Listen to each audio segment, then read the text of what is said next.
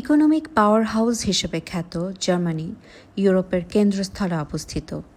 এটি ইউরোপের শক্তি, গতি আর নেতৃত্বের প্রতীক। তাই জার্মানি শুধু একটি দেশ নয়, এটি ইউরোপের প্রাণকেন্দ্র।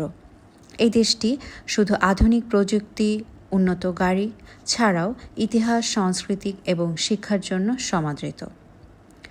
জার্মানির রাজধানী বার্লিন শুধু একটা শহর নয়, এটা একটা জীবন্ত ইতিহাস বহনকারী শহর। এখানে রয়েছে Berlin Wall, Brandenburg Gate, Holocaust Memorial. Every street of the Berlin whisper stories of the past and pulse with modern life, যেখানে বার্লিন ওয়াল শুধুমাত্র কনক্রিটে মোড়ানো একটি বিভাজনের প্রতীকী গল্পের সূচনা বহন করে। সেই লক্ষ্যেই ইস্ট অ্যান্ড ওয়েস্ট বার্লিনকে আলাদা করার জন্য 1961 সালে তৈরি হয়েছিল এই দেয়াল, যা ছিল কমিউনিজম বনাম পুঁজিবাদের বিভাজনের প্রতীক।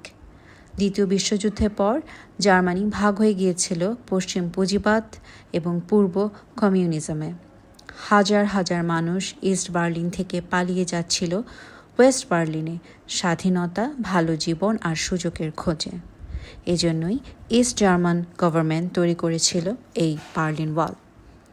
এই দেয়াল ভাগ করে দিল পুরো একটা শহর, ভাগ করে দিল পরিবার, বন্ধ করে দিল স্বাধীনতা, আর বার্লিন ওয়াল হয়ে উঠল স্নায়ুযুদ্ধের সবচেয়ে বড় প্রতীক। আর ঠিক 28 বছর পর 1989 সালের 9 নভেম্বর হাজার হাজার মানুষের শক্তিতে সেই দেয়াল ধসে পড়ল। মানুষ রাস্তায় নেমে ভেঙে ফেলল সেই দেয়াল। আর এই ছিল বার্লিন ওয়ালের রাজনৈতিক বিভাজন থেকে মানুষের মুক্তির জয় যাত্রার গল্প। দেখা হবে নিশ্চয়ই অন্য কোনো ব্লগে।